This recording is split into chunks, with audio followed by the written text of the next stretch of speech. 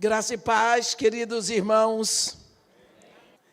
Eu gostaria de convidar os irmãos para abrir a Bíblia no Evangelho de Jesus Cristo segundo Mateus, no capítulo 2,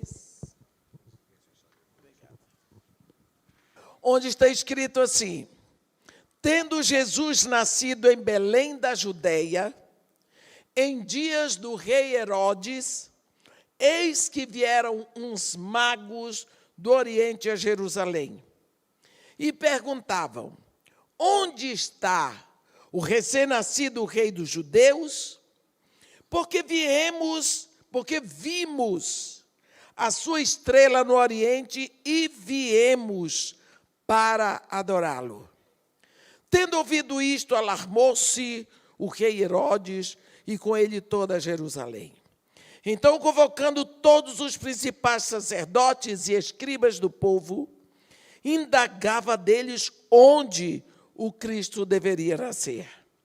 Em Belém da Judeia, responderam eles, porque assim está escrito por intermédio do profeta: e tu, Belém, terra de Judá, não és de modo algum a menor entre os principais de Judá, porque de ti sairá o guia que há de apacentar o meu povo Israel. Com isto, Herodes, tendo chamado secretamente os magos, inquiriu deles com precisão quanto ao tempo em que a estrela aparecera. E enviando-os a Belém, disse-lhes: ide informar-vos cuidadosamente a respeito do menino. E quando o tiverdes encontrado, avisai-me, para eu também ir adorá-lo. Depois de ouvirem o rei, partiram. E eis que a estrela que viram no Oriente os precedia, até que, chegando, parou sobre onde estava o menino.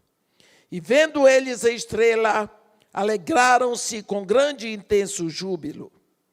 Entrando na casa, viram o menino com Maria, sua mãe. Prostrando-se, o adoraram. E abrindo os seus tesouros, entregaram-lhe suas ofertas: ouro, incenso e mirra. Sendo por divina advertência prevenidos em sonho, para não voltarem à presença de Herodes, regressaram por outro caminho à sua terra. Amém. Aqui nós temos um momento tão conhecido nosso e tão intenso na história de Jesus Cristo, na história da humanidade. É que Jesus nasceu em Belém, da Judeia, nos dias de Herodes, mas alguns magos, nós chamamos os reis magos, no Oriente, viram, eles confessam. Eles chegam em Jerusalém e dizem: onde está o recém-nascido rei dos judeus? Onde está o recém-nascido rei dos judeus? Porque nós vimos a sua estrela lá no Oriente, e nós viemos para adorar. Primeiro de tudo, parece que lá em Jerusalém ninguém sabia a respeito disso. Eles chegaram lá e ficaram surpresos. Eles esperavam alguma coisa diferente na cidade de Jerusalém. Talvez eles esperassem que o povo estivesse muito feliz, porque, afinal de contas, nasceu o rei dos judeus. Mas o que eles encontraram ali era uma indiferença total. Uma indiferença que aconteceu por causa da ignorância a respeito das Escrituras. Mas como que esses reis, que não eram israelitas, como é que eles sabiam a respeito de uma estrela? Porque eles são muito incisivos. Nós vimos a sua estrela no Oriente. Então, havia uma proposta. O rei dos judeus tinha uma estrela. Quando nós olhamos o capítulo 24 do livro de Números, no versículo 24, no versículo 17, o profeta Balaão diz: vê-lo-ei, mas não agora. Contemplá-lo-ei, mas não de perto. Uma estrela procederá de Jacó. De Israel subirá um cetro que ferirá as têmporas de Moabe e destruirá todos os filhos de Sete.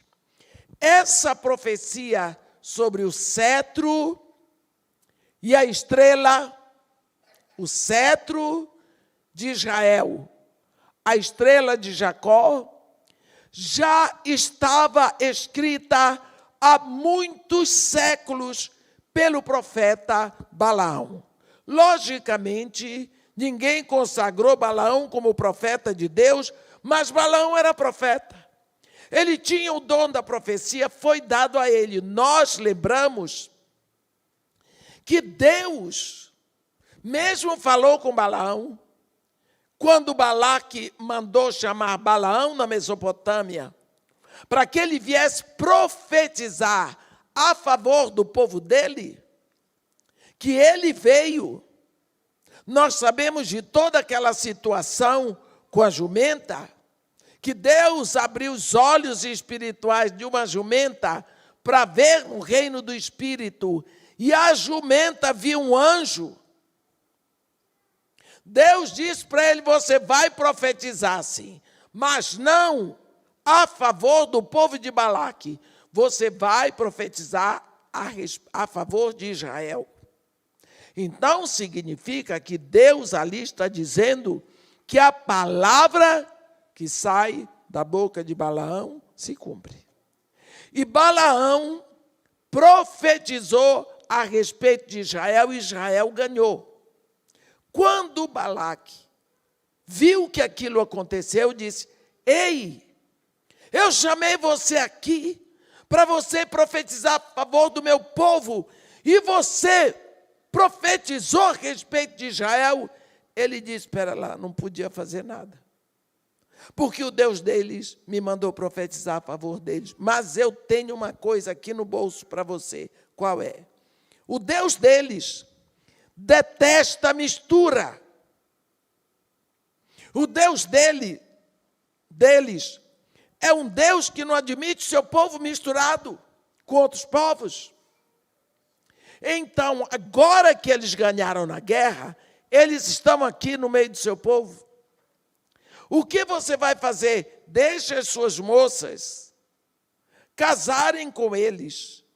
Deixe os seus moços casarem com as mulheres deles, e vocês vão se misturar. E na hora que eles estiverem misturados com vocês, o Deus deles, então, não os abençoa. Aí você pode fazer a guerra com eles, que eles vão perder. Em outras palavras, ele deixou bem claro, eles vencem, porque o Deus deles é mais forte. E foi isso que aconteceu. A doutrina de Balaão é a doutrina da mistura. Sabe, quando a igreja está misturada com o mundo, quando os princípios do mundo estão entronizados dentro da igreja, é isso, é um povo misturado. Esse profeta Balaão profetizou o cetro e profetizou a estrela. Não sabemos como, não podemos contar uma história que não conhecemos, pelo menos eu não conheço. Reis no Oriente leram e aprenderam que sobre a estrela do rei dos judeus, e eles então, impressionados, eles começaram a estudar os astros. Esses reis eram astrônomos. Não sabemos quantos anos esse povo começou a estudar as estrelas. Você imagina quanto tempo eles levaram dormindo de dia e acordados à noite, contemplando os céus, para descobrir uma estrela que seria diferente de todas as outras estrelas, porque seria a estrela que ia proceder de Jacó. Seria uma estrela diferente de todas as outras. Aqueles homens sabiam, tiveram que estudar todas as que eram possíveis, para poder descobrir a única que seria diferente. Quantos anos eles não tinham os aparelhamentos que nós temos hoje? Então nós podemos imaginar a dedicação, o empenho. Para quê? Porque eles queriam adorar. Seria o único rei que teria uma estrela nos céus. Seria o único rei com uma estrela que ninguém podia tocar. Seria o único rei brilhando no universo. E eles queriam ter o privilégio de adorar. Quantos anos, quanto estudo, quanto empenho, quanto tempo, uma vida dedicada por um objetivo. E o objetivo era adorar. Mas lá um dia, o sonho deles se realizou. Eu fico imaginando o que aconteceu no coração daqueles homens, quando eles, enfim, percebem a estrela. Eles recebem aquilo como seguramente o maior momento da vida deles. E agora que eles têm a estrela, eles partem para Israel. Eles partem para Israel. Quanto tempo eles levaram? Eles eram reis, eles tinham suas comitivas, seus camelos, seus súditos, seus empregados, e vamos partir na direção de Israel. Vamos para Jerusalém. Para quê? Adorar o recém-nascido rei dos judeus. Porque na hora que o rei dos judeus nasce, a estrela deles está lá. Então ele nasceu agora. Vamos embora. Quanto tempo eles levaram nessa caminhada? Não é? Olha, quando eles chegaram em Jerusalém, eles chegaram com o coração festivo. Eles queriam compartilhar com os judeus o grandioso momento do nascimento do seu rei, e eles foram avisados porque eles viram a estrela. Talvez eles pensassem, se nós vimos, imagina lá em Israel. Em Israel ninguém viu. Todo mundo dormia, não é? Os sacerdotes, levitas, o sumo sacerdote, não é? Todos dormiam. A cidade dormia. E o maior evento, antes da ressurreição, estava acontecendo. A promessa que tinha sido dada a Eva lá no Éden, estava se cumprindo na terra. E ninguém sabia. Como nós somos indiferentes aos maiores momentos da história de Deus com o homem. Como nós, neste momento, talvez sejamos indiferentes ao que Deus está fazendo neste momento para a igreja. Talvez você não saiba ainda o momento que você está vivendo, porque você não leu na Bíblia. Mas todos nós deveríamos saber o exato momento espiritual que nós estamos vivendo. Que momento é esse na história de Deus com o homem? Se nós não sabemos, nós não podemos responder. A mesma coisa em Belém. E quando esses reis chegaram em Jerusalém, pergunta: onde está o recém-nascido rei dos judeus? Como? Nós não ouvimos falar? Pois é, mas nós vimos a sua estrela no Oriente. Vocês não viram nada? Vocês não perceberam nada? Vocês não sabiam disso? Nós viemos adorá-lo. Queremos saber onde ele está. Quanto tempo esse pessoal levou? Hoje nós temos tanta dificuldade para adorar. Nós nem mesmo nos empenhamos na adoração. Colocamos tantas dificuldades para vir à igreja para adorarmos. Não tem estacionamento, está chovendo, os tempos estão difíceis, tem assalto, não é? Eu posso, essa história da pandemia, eu posso adorar, fazer meu culto de casa. De casa você assiste o culto, como você assiste um filme, como você assiste uma peça de teatro. Mas culto não se assiste, culto nós fazemos, nós participamos. Nós participamos. Não é? Esses homens, nem descendentes de Abraão eles eram. Mas eles gastaram tempo em busca de um sonho. E o sonho deles era só adorar. Eles gastaram dinheiro, tempo, para adorar. E quando eles chegam no lugar da adoração, olha a indiferença. Depois, logicamente, eles foram levados a Herodes, porque eles eram reis. Fosse eu, jamais chegaria perto. Mas como eles eram reis, eles foram recebidos pelo rei. E o rei queria saber dessa história, quis saber onde era. Havia a profecia de Miqueias que apontava para Belém. Herodes, aquela raposa velha, a Bíblia diz, disse logo: descubra onde é que eu também quero ir adorar. Né? Quero ir adorar. É tão interessante. A Bíblia diz que a estrela que trouxe aqueles reis magos ali, ela acompanhou os reis magos e levou na casa onde estava.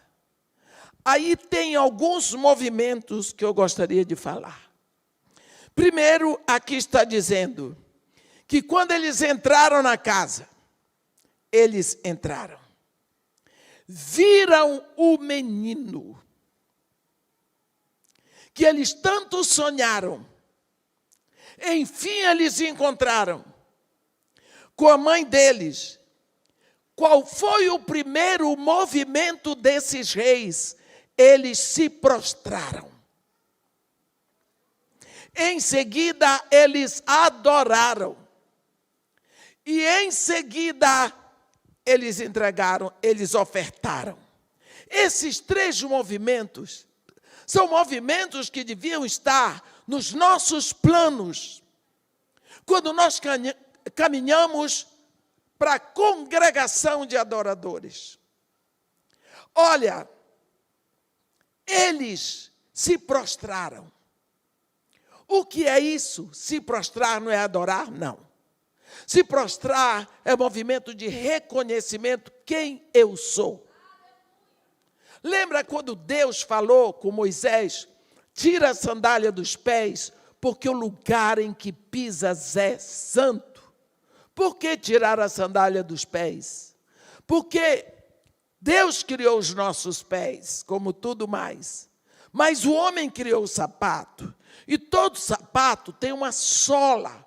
E o objetivo do sapato, para muitos pode ser enfeitar os pés, mas o principal deles é nos separar do chão.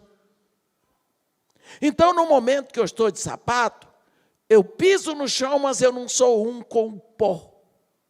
Mas quando eu tiro o sapato, eu me faço um com o pó. Significa eu e o pó nos confundimos, somos uma só coisa. Então, quando eu me prostro, eu me faço um com o pó. Eu estou dizendo a Deus, eu reconheço que sou pó e o Senhor é Deus. Então, quantas vezes nós chegamos para adorar e nós não lembramos desse movimento? Nós esquecemos desse caminho de adoração. Eles não entraram adorando. Eles entraram reconhecendo quem eles são diante de Deus. Ora, meus irmãos, hoje nós estamos aqui num culto. Mas esse culto não começou quando nós chegamos aqui. Esse culto existe desde toda a eternidade. Deus criou anjos, arcanjos, querubins, serafins para adorá-lo. O Deus que nós adoramos está sendo adorado desde toda a eternidade. Quando nós começamos, a igreja começa o seu culto aqui, na realidade nós invadimos um culto que já existe. Porque nós vamos começar o nosso culto ao mesmo Deus que está sendo adorado por querubins, serafins, anjos, arcanjos, pleiades celestiais. Tudo o que acontece, a partir do momento que o pastor faz a oração inicial, nos introduzindo, é diante do trono de Deus. Tudo o que acontece, apresentação de crianças, oração, louvor, dança, o que for, é diante do trono de Deus. Mas primeira coisa, reconhecer quem somos. Pecadores, remidos pelo sangue de Jesus. Quantas vezes não temos um momento para parar, para pensar, cheguei aqui, e aí, como foi a semana que eu fiz? Quando Deus estabeleceu os caminhos para o Santo dos Santos, no tabernáculo, tem o átrio onde tem o sacrifício, derramamento de sangue. Então vai entrar no santo lugar, onde só ficam os sacerdotes, mas antes de entrar tem uma bacia de bronze, aonde os sacerdotes lavam as mãos e os pés, porque eles estão sujos do sangue do animal que sacrificaram. Se eles não entrarem limpo, eles morrem. Só depois é que tem o Santo dos Santos. O que significa que quando nós entramos caminhando para a presença de Deus, existe um momento de nos lavarmos. Jesus Cristo diz, quando ele lavou os pés dos discípulos, ele diz, quando chega a vez de Pedro, Pedro disse, não, Senhor, o Senhor não vai me lavar os pés. Ele disse, Pedro, se eu não te lavar, tu não tens parte comigo. Ele disse, então, Senhor, lava logo a cabeça, lava os pés, lava tudo. Ele disse, não, vocês já estão lavados. E quem já se lavou, não precisa lavar, senão os pés. Nós, meus irmãos, já estamos lavados. Nós já estamos lavados, nós já estamos justificados, mas de vez em quando precisamos pedir ao Senhor para lavar o que sujou, os pés. É como se você tivesse tomado banho, está todo preparado, bonito, mas você ainda não calçou os sapatos. Seu cachorrinho corre para o jardim e você, para não deixar ele sair na rua, corre atrás. Sujou o pé no jardim, pegou o cachorro, trouxe. E agora? Como é que vai sair? Com o pé sujo? Como é que vai botar os pés no sapato? Você vai tomar o banho todo? Não, lava só os pés, que foi a parte que sujou. Quantas vezes nós tivemos a nossa grande lavagem, quando nós nos rendemos a Jesus Cristo, nos arrependemos dos pecados passados, o reconhecemos como único Senhor, suficiente Salvador, proclamamos a autoridade eterna dele sobre nós. Nos rendemos, fomos lavados. Pronto. Mas de vez em quando, pisamos fora, pecamos. Porque a nossa natureza é pecaminosa. A Bíblia nos diz, filhinhos, não pequeis, mas, se pecardes, tendes advogado junto ao Pai, Jesus Cristo, o justo. Quer dizer, o pecado pode ser um acidente. E o acidente pode acontecer, não pode ser uma norma. Eu sou pecador, portanto, não posso deixar de pecar. Não, senhor. O pecado passa a ser um acidente que pode acontecer. Então, o que é que você faz? Você vai ao advogado. Senhor, olha aqui a minha vida. Eu fiz isso assim, assim, assim. Eu quero chegar a ti.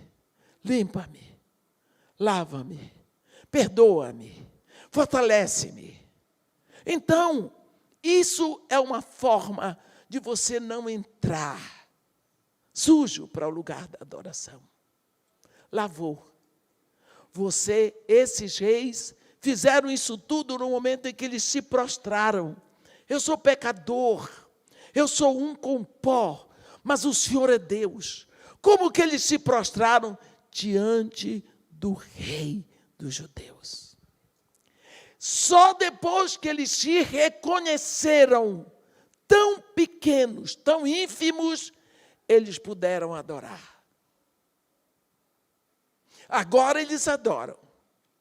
E normalmente quando nós adoramos, nós o adoramos dizendo palavras de atributos dele. Dizemos o que nós cremos a respeito dele. O que percebemos, o que sabemos, o Senhor é bom. O Senhor é justo. O Senhor é santo. O Senhor fez isso. Falamos das grandiosidades de Deus. Isso é uma forma de chegarmos diante dele, dizendo a Deus o que cremos que ele é. Lembra de uma meretriz famosa na Bíblia? Raabe. Como que Raabe chegou à conclusão sobre Deus? Ela chegou para os espias de Israel e disse: o Senhor vosso Deus é Deus lá em cima nos céus e Deus cá embaixo na terra. Como que essa mulher chegou à conclusão? Por causa das notícias do Deus de Israel que chegaram para ela. O Deus daquele povo no Egito arrebentou com os rebanhos. O Deus daquele povo no Egito acabou com o poder do Deus Nilo. Aquele Deus dos egípcios, dos judeus, ele acabou com a deusa Requete, a deusa Rã.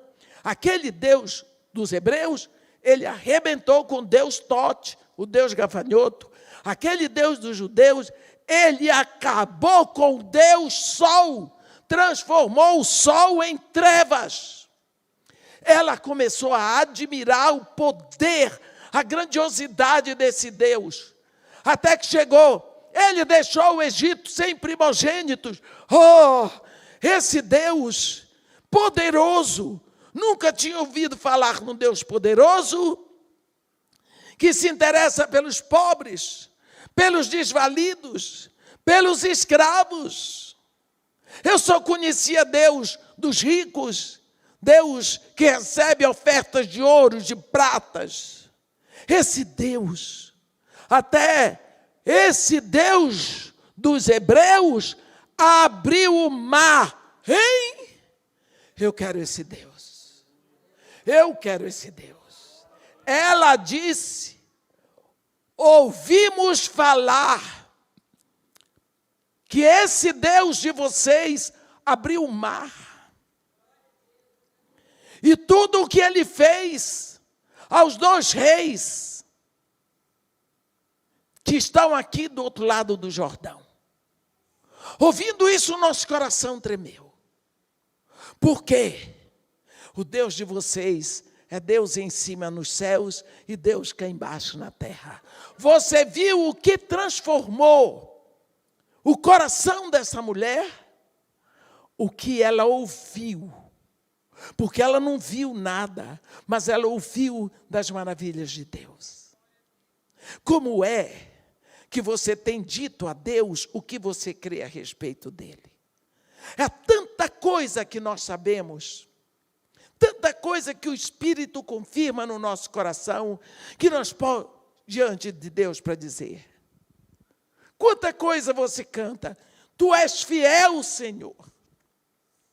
Meu Pai Celeste, pleno poder a teus filhos darás. Nunca mudaste, tu nunca faltaste. Tal como eras, tu sempre serás. É isso que nós chegamos cantando. Isto é adoração. Tu és fiel, Senhor. Tu és fiel, Senhor. Dia após dia, com bênçãos sem fins. Isso é que nós chegamos adorando. Esses homens se prostraram, reconheceram que são pecadores, adoraram. A ordem é essa que está escrito. Eles entraram, se prostraram no pó, se deitaram no chão. Prostrar-se é se fazer um com o pó de frente. E em seguida eles adoraram. A Bíblia diz que eles adoraram, mas não diz se eles cantaram alguma coisa. Eles devem ter falado na língua deles. Quem sabe? Mas eles adoraram. E depois eles ofertaram. Não é? Eles ofertaram. Ofertar o quê para um rei? Eles vieram de tão longe, trazendo tesouros. Por que se dá ao rei dos judeus? O rei que tem uma estrela. Um rei anunciado. Um rei superior a eles. Porque eles só se prostraram porque eles viram que esse rei é rei deles. Estão dizendo, tu és o rei dos reis. A atitude deles é de que esse menino aqui é o rei dos reis. Ali tinham 3 reis, se reconhecendo inferiores, adorando. Com que presente se dá? Nós sabemos que eles deram ouro, eles deram incenso, eles deram mirra, eles deram ouro. O que é que se dá? O maior presente que eles levaram não foi ouro, incenso e mirra. Eles levaram primeiro anos e anos em busca de adorar. Anos e anos em busca dessa estrela.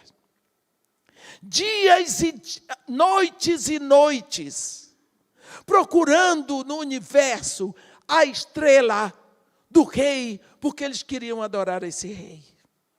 Muitos anos. Depois eles levaram todo o sacrifício da travessia do deserto, o desconforto que eles passaram, e o coração desejoso de adorar.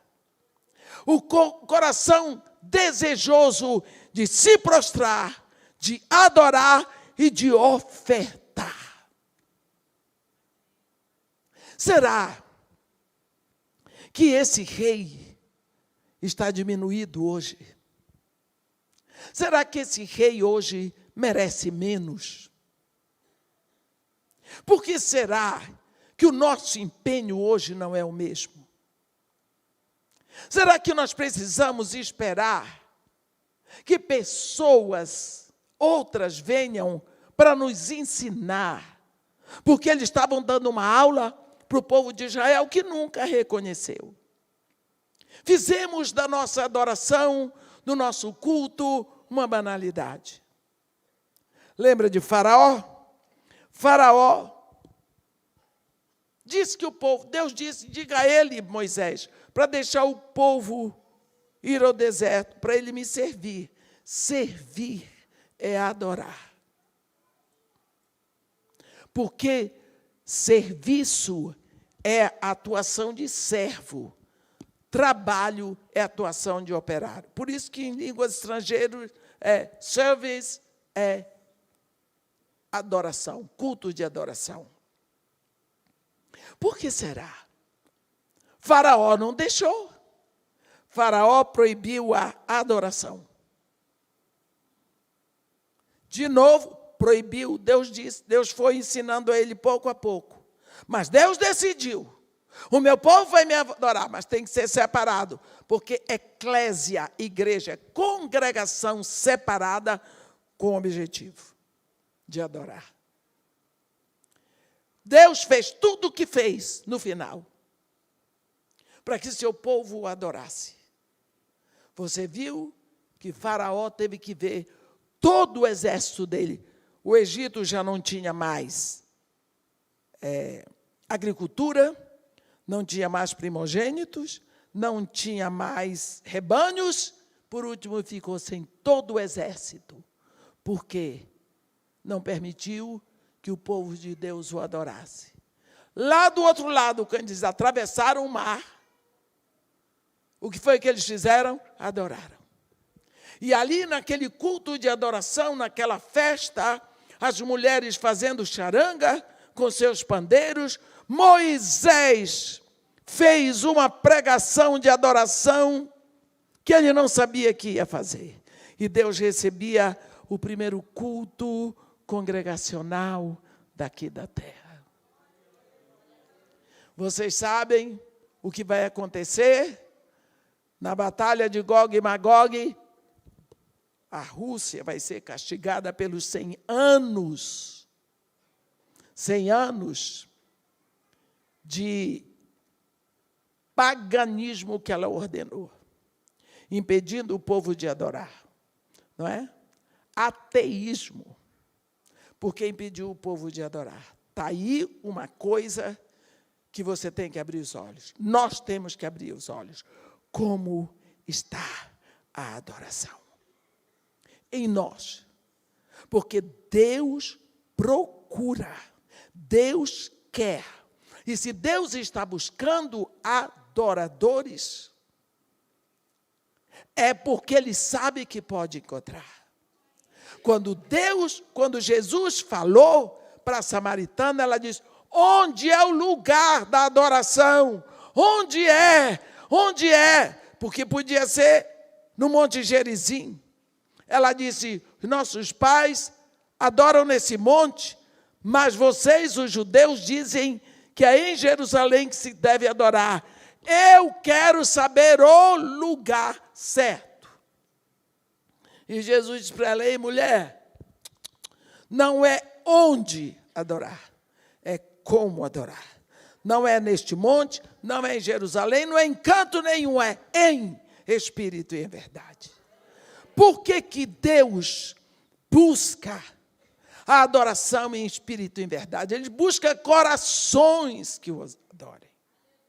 Corações. Hoje a adoração está aberta onde você estiver, com quem você estiver, do jeito que você estiver, você pode e deve adorar. Como vai a nossa busca de adoração? Será que nós faríamos um sacrifício tão grande em busca de adorar? Você busca aquilo que lhe satisfaz. Você busca aquilo que satisfaz o seu desejo. Você busca aquilo que você acha que é bom para você. Será que você tem buscado adorar? Será que você teria a atitude desses reis magos? O que eu desejo para você, meu irmão, de todo o meu coração, é que você tire um tempo, este final do ano, e pergunte diante de Deus, Senhor, qual é o meu nível como adorador? em que ponto eu estou como adorador? Será que eu faria um sacrifício tão grande para adorar? Sem se esquecer que para adorar, você tem que se prostrar antes. Você tem que se reconhecer pecador, remido pelo sangue de Jesus. Buscar ser lavado as partes que você sujou. E depois poder adorar. Será que o Senhor encontra em cada um de nós um adorador? Porque Ele está buscando. Você já é filho de Deus. Que tal você se ofertar a Deus como um filho que adora? Talvez você nunca tenha feito isso. Se ofereça, Senhor, Deus meu Pai, busca em mim um coração que te adore. E eu vou dizer para você, quanto mais você começar a adorar, mais você vai adorando. Vai chegar o momento que do seu coração vai fluir a adoração, em palavras de adoração, em palavras de elogio a Deus. E o seu conhecimento de Deus vai se ampliando, vai se aprofundando, porque o próprio Espírito que está dentro de você, ele vai derramando de lá e vai lhe ajudando, e você será aquele adorador que o Senhor Deus, nosso Pai, está querendo encontrar em você. Onde está o recém-nascido Rei dos Judeus? Porque nós vimos a sua estrela no Oriente e viemos para adorá-lo. É preciso que nós pensemos quanto sacrifício foi feito para adorar. E hoje, nós temos tudo com tanta facilidade que esquecemos o que foi devido para que possamos adorar. Adorar como eles adoraram. Já custou para eles um sacrifício, mas eles tinham um sonho. E hoje, como é adorar para nós? Será que é simplesmente ir à igreja? Oh, meus irmãos, os espíritas também se reúnem. Todo o pessoal, os muçulmanos se reúnem. Os budistas se reúnem, mas nós viemos para adorar o único Deus digno de adoração. Que Deus nos abençoe e nos guarde, que faça resplandecer o seu rosto sobre nós e tenha misericórdia de todos nós. Amém.